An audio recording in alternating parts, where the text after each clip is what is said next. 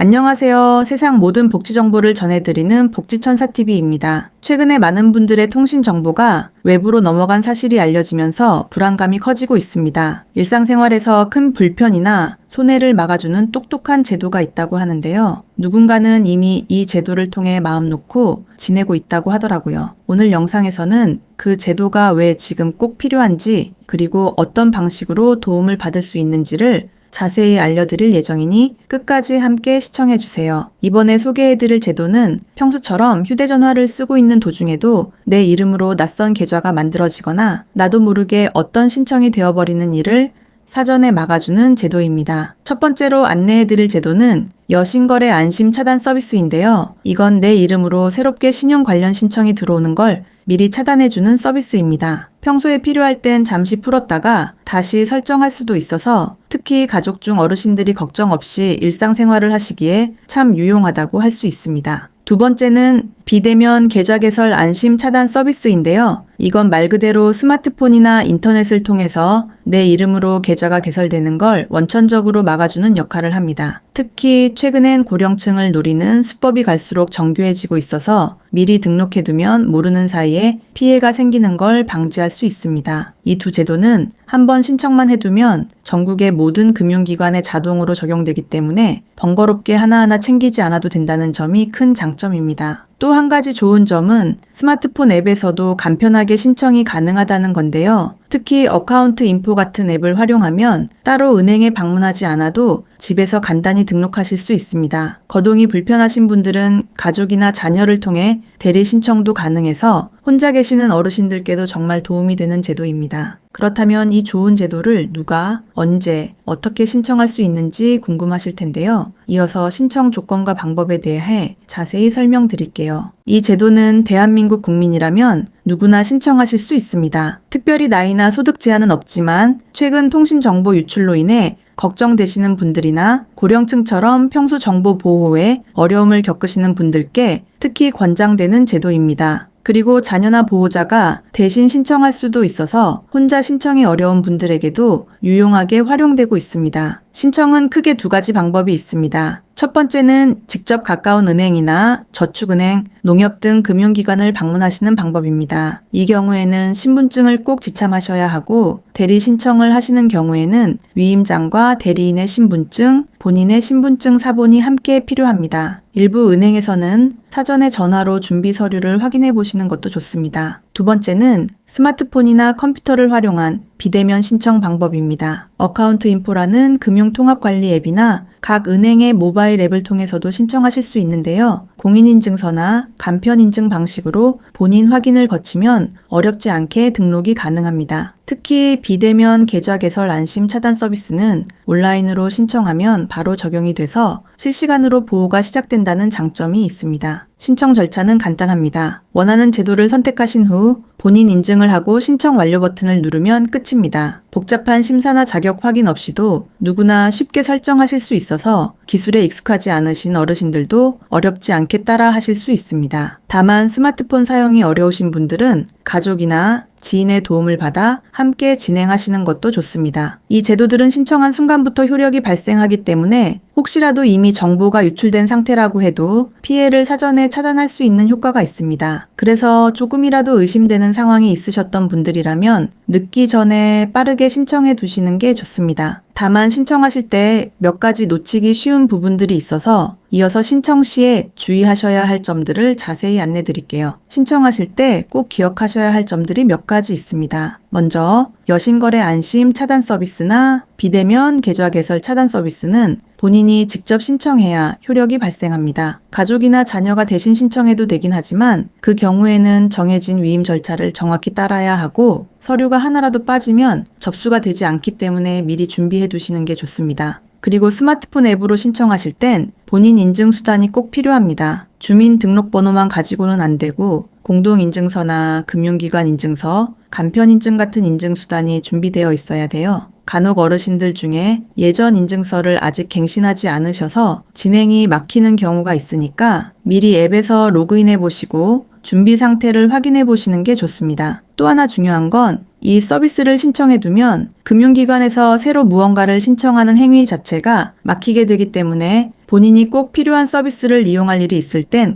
먼저 일시적으로 해제를 해야 한다는 점입니다. 이걸 모르고 금융 관련 업무가 계속 거절돼서 당황하시는 분들이 종종 계시더라고요.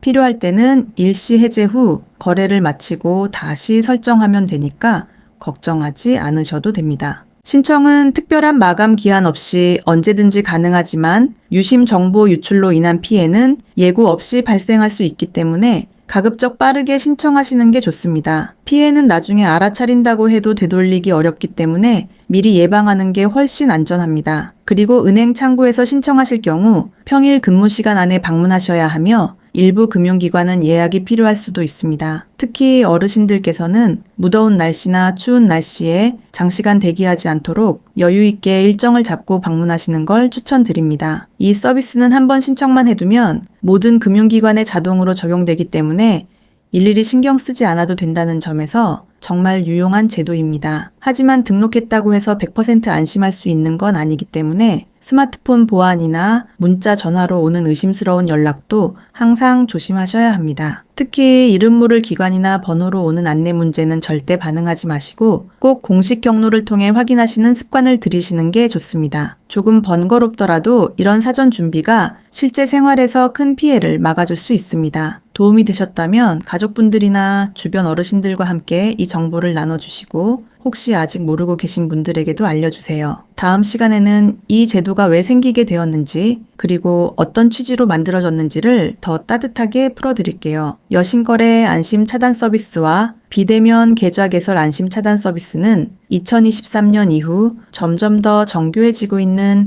개인정보 유출 사고와 생활 속 금융 피해를 사전에 막기 위해 마련된 제도입니다. 특히 SK텔레콤에서 발생한 유심 정보 유출 사건처럼 본인도 모르는 사이에 개인정보가 다른 사람에게 넘어가 다양한 방식으로 악용되는 사례가 사회적으로 큰 이슈가 되면서 정부와 금융기관이 협력해보다 근본적인 예방책을 내놓게 된 겁니다. 이 제도는 누구든 본인의 의사 없이 이름이 사용되거나 계좌가 만들어지는 일을 막아주는 사전 차단 기능에 초점을 맞췄습니다. 보통 문제가 생기고 나서야 해결하려는 경우가 많지만 이 서비스는 애초에 그런 상황이 벌어지지 않도록 문을 닫아두는 역할을 하는 셈입니다. 특히 고령층, 정보에 취약한 분들, 혼자 거주하시는 어르신들을 위한 보호장치로서 실질적인 도움이 되도록 설계된 것이 특징입니다. 과거에는 피해를 입고 나서야 뒤늦게 상황을 알게 되거나 그마저도 인지하지 못해 오랫동안 문제를 끌게 되는 경우가 많았는데요. 지금은 한 번의 신청만으로 전국의 모든 금융기관에 동일하게 적용되고 온라인으로 간편하게 등록도 가능해지면서 실제 생활 속에서 체감할 수 있는 정책으로 자리 잡고 있습니다. 불안한 세상 속에서도 내 정보는 스스로 지킬 수 있게 도와주는 이 제도, 특히 부모님이나 어르신들께 꼭 필요한 제도라고 할 수 있습니다. 이처럼 일상생활을 조용히 지켜주는 보호막 같은 제도들이 생각보다 가까이 마련되어 있습니다. 더 많은 분들이 알게 되고 쉽게 이용하실 수 있도록 앞으로도 복지천사TV가 계속해서 도움드릴게요.